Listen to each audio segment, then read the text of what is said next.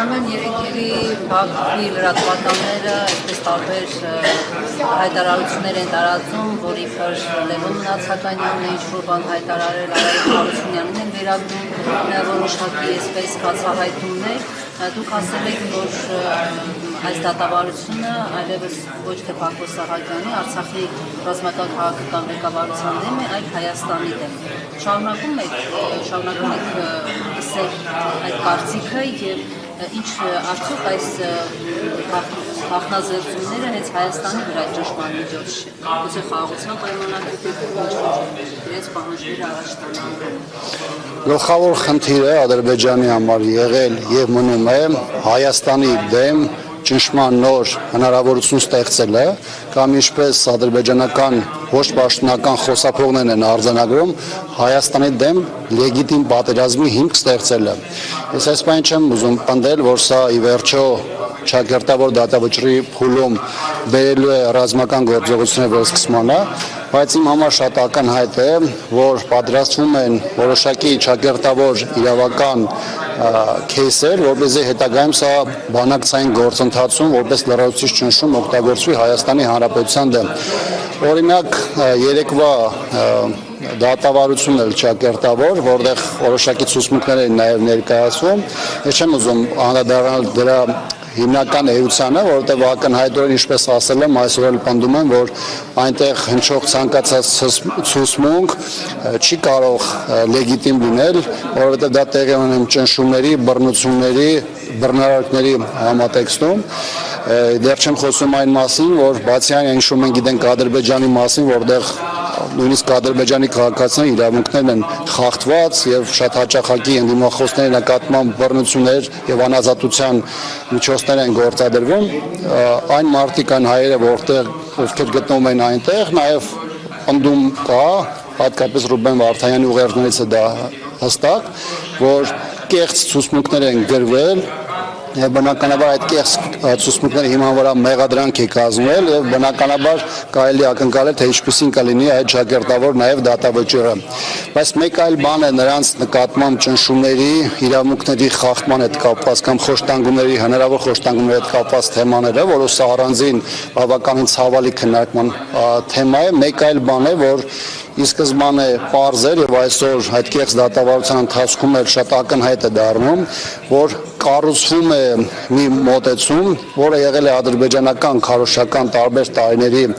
հիմքում առայն, որ Հայաստանի Հանրապետությունը ագրեսոր է, որ Հայաստանի Հանրապետությունը տարածքային վեճ է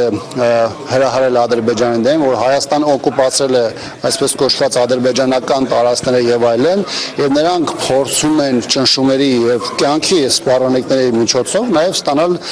սրա հետ կապված փաթեթավորումներ, ցուցմունքների ձևով։ Գիտեք, այդ ցուցմունքները տարբեր վերլուծությունների, դիտարկումների առարկա կարող են դառնալ, որտեղ դրանց մեջ կա նաև որոշակի զգացական բան, կա դրանց տակ տողատակեր եւ այլն, բայց մյուս կողմից նաև իմ համար շատ պարզ է, որ Ադրբեջանը կոնկրետ ընտրել է ուղղություն, ընդ որում մենք դատավարության հետ կապված տեղեկատվությունը ամբողջությամբ նայելու հնարավորություն չունենք նաև, դա ստանում ենք ադրբեջանական մամուլից, որ ակնհայտորեն փորձ է կատարվում Հայաստանի Հանրապետությանը բերելու եւ ագրեսորի կարգավիճակ կապելու, նաև դրա հետ որոշակի շահ կապվում է Հայաստանի օրինակ այսօրվա սպառազինությունների ձեռքբերման հանգամանքը, որոշակի հայտարարություններ հատկապես ընդդիմադիր հատվածից եւ փորձում են նաև Հայաստանին այս համատեքստում ներկայացնել որպես ռևանշիստի կամ ագրեսորի, որը եղել է եւ 30 տարի առաջ այդպեսի եւ նաև այսօր այդ բնույթը պահպանում եւ բնականաբար սա վերջնական փուլում բերելու է հանգեցրել նրան, որ Հայաստանը շարունակում է մնալ խնդիր սպառնալիք Ադրբեջանի համար եւ այս հանգամանքը անընդհատ օգտագործվելու Հայաստանի Հանրապետության դեմ եւ իրավական միջազգային տեսանկյունից կառույցներում եւ նաեւ քաղաքական մակարդակում հատկապես ներողություն հատկապես երբ որ Հայաստանի իշխանություններից առասարակ արձագանք այս թեմայի հետ կապված խիստ անհամարժեք են։ Պարոն Աբրահամյան, դուք ասում եք Քրիստոնյաները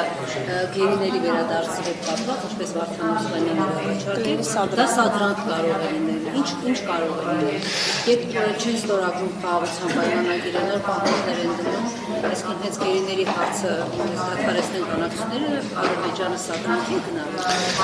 Ես կարծում եմ, որ այստեղ կարելի է դիտարկել այն հնարավոր ճանապարհները, որ հնարավորություն կտա թեման գերիների ռազմագերիների օրակարգ բերելու հարցը սարքել ակտուալացնել։ Արտադրիչ չի դա մտցնել խաղաղության պայմանագրի մեջ, ինչպես իշխանությունները փորձում անդադար այդ համատեքստում քննարկել։ Օրինակ անցյալ տարվա օգոստոսին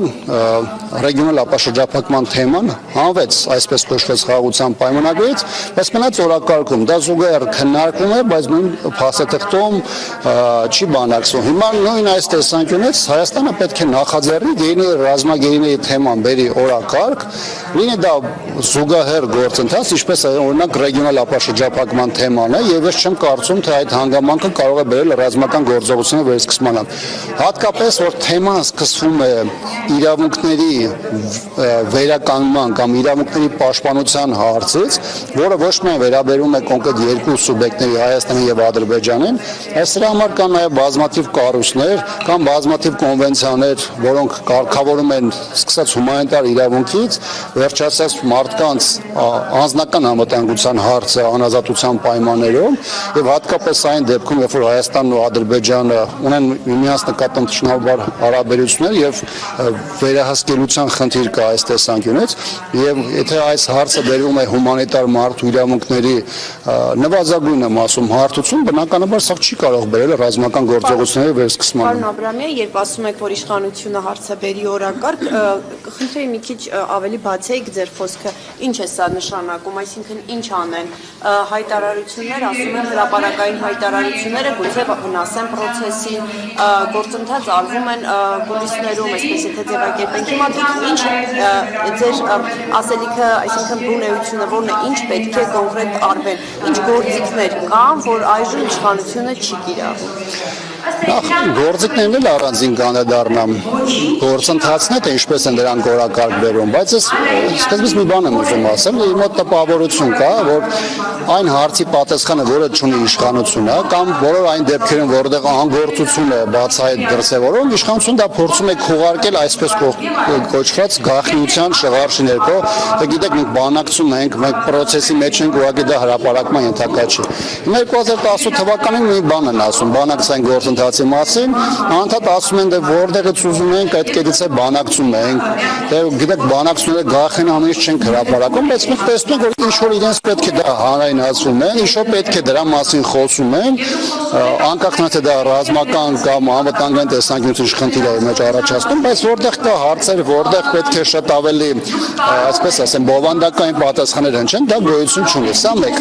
Ինչ վերաբերում է թե դա ինչպես պետք է դառնա բանակցային գործընթացի առարկա, ապա սրա հետ կապված ցավոք, երբ որ ես ռեգիոնալ ապաշրջափակման թեմայի օրինակը բերեցի, այս պահին այդ մասին հայտարարեցին ոչ թե Հայաստանի իշխանությունները, այն ժամանակ դրա մասին հայտարարեցին Ադրբեջանի իշխանությունները եւ նախագահի հատուկ հանձնարարությունով ներկայացուցիչը։ Հիմա հարցը ո՞նց է օրակարգ բերում, երբ որ կողմերից մեկը իր համար կարևորություն կամ կենսական անհրաժեշտություն համարող թեման բերում է բարձրացնում է առաջին պլան։ Հիմա այս տեսանկյունից եթե բերվում է առաջին պլան եւ Ադրբեջանը զուգահեռ process է սկսվում, այսպես կոչված խաղաղության պայմանագրին, ռեգիոնալ ապաշրջափակմանը եւ պայմանական երրորդ կետ դառնում է գերիների ռազմագերիների հարցը։ Ես պատահական մանրամասն չասեցի, որ այստեղ խնդիրը ոչ թե կտրուկությունն է, ոչ թե կոշտությունն է, այլ խնդիրը միջազգային իրավունքի տեսանկյունից միջազգային հանրության համար անկարելի ձևով նաեւ իրավունքների պաշտպանության եւ վերականգնման տեսանկյունից ներկայացնելը, որը քաղաքական առումով իր մեծ ռիսկ է, հատկապես բանակցային գործընթացի տապալման առումով չի պարունակում։ Եվ երրորդ հանգամանքը, երբ որ մենք խոսում ենք, թե ինչ գործիքներ այստեղ պետք է օգտագործել։ Տեսեք, Հայաստանն ու Ադրբեջանը ունեն մի շարք գործընկեր, դաշնակից ռազմավարական գործընկերոջ կարգավիճակում ունեցող երկրներ, որոնք համ մեր հետ են աշխատում, համ աշխատում են Ադրբեջանի հետ։ Հիմա ճանապարհներից մեկ օրինակ այդ երկրների աշխատանքն է Ադրբեջանի վրա հնարավոր ոչ թե ճնշում, այլ ազատություն ապահովելու տեսանկյունից մեկ։ Սա վերաբերում է ոչ միայն այդ մարդկանց Բաքվի բանտերից վերադարձնելու մասով, այլ նույն իրավունքների գոնե պաշտպանությունը ապահովելու տեսանկյունից, քանի որ նաև դուք տեսաք, որ վերջին շրջանում ակտիվ նաև ներկայացում էր նաև տեսակադրեր այն մասին, որ տարբեր գործիչների վրա կան կամայական խոշտանգման հետքեր։ Հիմա կան մարդիկ էլ, որոնց մասին չենք խոսում, ես նկատել է, չէ, որ հյուծված են, տեսքից երևում է ակնհայտորեն, որ այդ մարդիկ այսպես կոչված մարզավիճակում չեն։ Բնական է, չէ, որ նրանց առողջական վիճակի հետ կապված ամեն ինչ չէ, որ կարող է ուրվագծված լինել մարմնի տարբեր հատվածներում կամ տեսանելի հատվածներում։ Այո, եւ այս տեսանկյունից խնդիր կա նաեւ նրանց առողջության հետ կապված խնդիրները ապահովելու հետ կապված հարցը եւ այլն։ Իդեպ, երբ որ մենք խոսում ենք այս խնդիրների մասին, որոնց զբաղվում է Կարմիր խաչը, օրինակ ադրբեջանական ոչ պաշտոնական կանալներից մեկը, որը ըստ էության իշխանությունների համար խոսափողի դեր է ստանձնում, արտահոսքերի նաև առումով առաջին հերթին տեղեկություններ տվել երկու օր առաջ, որ նաև կարելի է դիտարկել Կարմիր խաչի միջազգային կոմիտեի Բաքվի գրասենյակի փակման հանգամանքը, նրան վերագրելով նաև որոշակի հետախուզական այսպես կոչված գործառույթներ եւ այլն, այդպես եղավ օրինակ ռուսական Ռոսատոմի հետ, նաև խնդիրներ եղավ Սպուտնիկի, Բլումբերգի, եթե չեմ սխալվում, BBC-ի, Associated Press-ի հետ կապված եւ այլն, այսինքն Ադրբեջան մի կողմից մամուլի հնարավորություններն են էականորեն սահմանափակվում, տեղից առանձնապես լավ վիճակ երբևէ չի եղել, եւ երկրորդն հիմնական մարմինը միջազգային կոմիտեն, որ զբաղվում էր եւ նաեւ որոշակի տեսողական կապեր ապահովում մեր գերիների ռազմագերիների հետ, նաեւ կապի հաղորդակցման միջոցը նրանց հարազատն հետ, փաստորեն Ադրբեջանում փորձում են նաեւ երևի շոշափել միջազգային նաեւ տրամադրությունները, փորձելով հասնել նաև սրա փակմանը։ Այսինքն գլոբալ առումով բավականին մեծ մեր համար Հայաստանի Հանրապետության համար խոշոր process-ներ են տեղի ունենում եւ իրավական եւ քաղաքական մակարդակում եւ սա կրկնում եմ բացի անես անձնական ողբերգություն է հավաքական հայի համար, այդ մարդկանց հարազատների ընտանիքների համար, սա կարող է շատ խոշոր սպառնալիք դառնալ Հայաստանի Հանրապետության համար եւ բնականաբար պետք է փորձել հենց առաջնային փուլում էլ սրա հնարավոր վտանգավորությունը կանխել։ Մի հանգամանք կա, որ սրա մասին անպայման ուզում եմ խոսել։ Երբ որ մենք խոսում ենք արձագանքի մասին իշխանության, սա պարտադիր չի, որ իշխանություն ներկայացնող որևէ անձ կլինի ամենավերևում նստած մարդը կամ նրա տարբեր երկրորդ երրորդ էշելոնի դեպքեր, պարտադիր չի, որ դուրս գան, հայոյեն, ինչ-որ Ադրբեջանի սպառնան պատերազմով եւ այլն եւ այլն։ Սրա համար միջազգային նախադեպեր կան նաև միջազգային կոնվենցիաներ, միջազգային իրավունք ունի որոշակի կարգավորներ։ Պետք է փորձել մի կողմից միջազգային ընկալման տեսանկյունից Հայաստանի շուրջ ճիշտ միջավայր ձևավորել, որ Հայաստանի Հանրապետության ասելիքը բոլորի համար եւ ներսում եւ դրսում դառնա ընկալելի, եւ երկրորդը, երբ որ դու 1, 2, 3, 4, 5 անգամ չես հակադարձում դաշտում արկա մոտեցումների, որ այս պահին Ադրբեջանն է հերում, սա որոշակի շրջանակների համար սկսում է կամաց վերածվել որպես փաստի։ Եվ այս տեսանկյունից ադրբեջանական գործը շատ ավելի է հեշտանում եւ նրանց ճնշման միջոցները, որոնք մի քանի տարի առաջ կարող էին ֆանտազիայի ժանրից թվալ, բայց նրանք որոշակի փուլում եկել սկսում են մարդկանց համար դիտել որպես փաստեր։ Դրա համար եմ ասում, երբ որ մենք խոսում ենք ակտիվության մասին, պետք է ճիշտ հասկանանք ակնկալիքը եւ առասարակ Հայաստանի Հանրապետության անելիքները։